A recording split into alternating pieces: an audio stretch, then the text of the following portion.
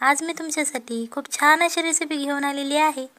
ती रेसिपी म्हणजे चिकन डोसा बनवा 5 मिनिटात तांदळाच्या पिठापासून। ही खूप सोपी रेसिपी आहे, झटपट होणारी आहे आणि कमी साहित्यात होणारी ही रेसिपी आहे। तुम्हाला दिसत असेल खूप छान असा क्रिस्पी असा मऊ लुसलुशीत असा आपला चिकन डोसा तयार झालेला आहे। आता तुम्हाला दिसलेला आहे छान असा गोल्डन ब्राउन कलर झालेला आहे। याचाच अर्थ आपलं चिकन हे छान असं क्रिस्पी फ्राय झालेला आहे। इथे तुम्हाला दिसत असेल बघा, इथे एक मी बाउल घेतलेला आहे आणि आता यामध्ये हे मी तांदळाचं पीठ घेतलेलं आहे। हे मी अर्धी वाटी तांदळाचं पीठ घेतलेलं आहे। हे पीठ मी एका ट्रिकने बनवलेलं आहे, ते तुम्हाला व्हिडिओमध्ये पुढे कळेलच।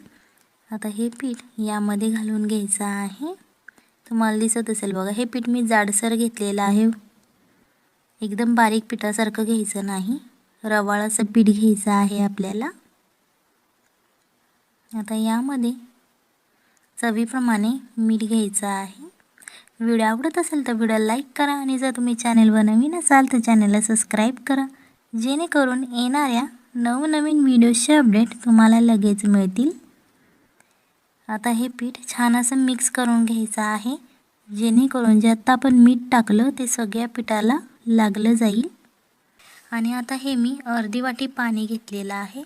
आता सुरुवातीला आपण अर्धी वाटी यामध्ये पाणी घालायचं आहे। आता हे छान असं आपण मिक्स करून घ्यायचं आहे। इथे तुम्ही चमच्याने मिक्स करू शकता किंवा हाताने मिक्स केलं तरीही चालेल। आता हे छान असं आपण मिक्स करून घेणार आहोत। ही करायला खूप सोपी रेसिपी आहे, बिना पीठ आंबवता आज आपण हा चिकन डोसा तयार करणार आहोत, एकदम हॉटेल स्टाईल। आता तुम्हाला दिसत असेल बघा, पाणी सगळं पिठाने शोषून घेतलेलं आहे। आता हे परत मी अर्धी वाटी पाणी घेतलेलं आहे।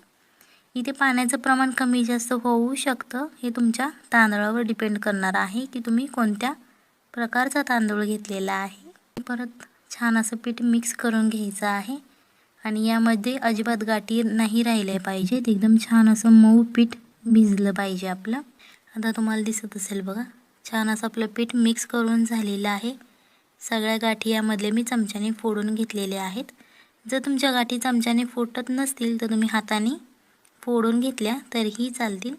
हे मी अर्धा टोमॅटो बारीक चिरलेलं घेतलेलं आहे, बारीक चिरलेली कोथिंबीर घेतलेली आहे। ही आता कोथिंबीर यामध्ये घालून घ्यायची आहे आपण। आणि आता हे सगळं साहित्य आपलं यामध्ये घालून झालेलं आहे। आता हे छान असं मिक्स करून घ्यायचं आहे, जेणेकरून हे सगळे मसाले आपल्या पिठाला लागले जातील आणि छान असं आपलं डोशाचं पीठ तयार होईल। तुम्हाला दिसत असेल बघा, पीठ आपलं छान असं मळून झालेलं आहे, आपलं कन्सिस्टन्सी तुम्हाला दिसत असेल। आता इथे एक मी नॉनस्टिकचा तवा घेतलेला आहे, इथे तुम्ही साधा तवा घेतला तरीही चालेल। 1 चमचा तेल घ्यायचं आहे आणि आता हे तेल सगळीकडे असं स्प्रेड करून घ्यायचं आहे। आता हे मी चिकन घेतलेलं आहे थोडंसं, त्याचे तुम्हाला दिसत असेल बघा, अशा प्रकारे मी छोटे छोटे तुकडे करून घेतलेले आहेत। हे चिकनचं प्रमाण तुमच्या आवडीनुसार घ्यायचं आहे, जर तुम्हाला जास्त चिकन आवडत असेल तुम्ही जास्त चिकन घेतलं तरीही चालेल। आता हे बारीक केलेले तुकडे आपण या तव्यावरती टाकायचे आहेत। चवीप्रमाणे मीठ घालायचं आहे, इथे फक्त आपल्याला चिकनच्या चवीप्रमाणेच मीठ घ्यायचं आहे। आणि आता हे छान असं फ्राय करून घ्यायचं आहे, ज्याप्रमाणे आपण पनीर फ्राय करतो त्याचप्रमाणे हे फ्राय करून घ्यायचं आहे। छान असं क्रिस्पी होईपर्यंत फ्राय करून घ्यायचं आहे, जेणेकरून चिकन आपलं छान असं मऊ शिजलं जाईल। आता तुम्हाला दिसत असेल बघा, आपल्या चिकनचा कलर बदललेला आहे, छान असा गोल्डन ब्राउन कलर झालेला आहे। याचाच अर्थ आपलं चिकन हे छान असं क्रिस्पी फ्राय झालेलं आहे। आता हे चिकन आपण एका प्लेटमध्ये काढून घ्यायचं आहे। तुम्हाला दिसत असेल बघा, छान असं ते रेड कलरचं चिकन आपलं झालेलं आहे। नॉनस्टिकचा तवा घेतलेला आहे। आता याच्यावरती आपण परत 1 चमचा तेल घ्यायचं आहे आणि हे तेल सगळीकडे असं स्प्रेड करून घ्यायचं आहे, जेणेकरून छान असा आपला तवा तेलाने ग्रीस होईल। आता हे मगाशी आपण जे डोस्याचं बॅटर घेतलं होतं ते घ्यायचं आहे आणि इथे तुम्हाला टिप आहे, प्रत्येक वेळेस डोसा करताना हे बॅटर हलवून घ्यायचं आहे, नाहीतर त्याचं पीठ तळाला राहिलेलं असतं। जेव्हा आपण ते पीठ शांत ठेवतो तेव्हा त्यातलं पीठ हे तळाला राहिलेलं असतं आणि पाणीही वरती आलेलं असतं। सो ते प्रत्येक वेळेस ढवळून घ्यायचा आहे. आता तुम्हाला दिसत असेल बघा, अशा प्रकारचा छोट्या आकाराचा आपण मिनी डोसा बनवणार आहोत.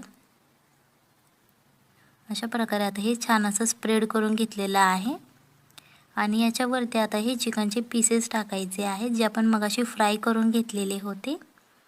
ते हे चिकनचे पीसेस टाकलेले आहेत आणि ते हाताने असे दाबून घ्यायचे आहेत.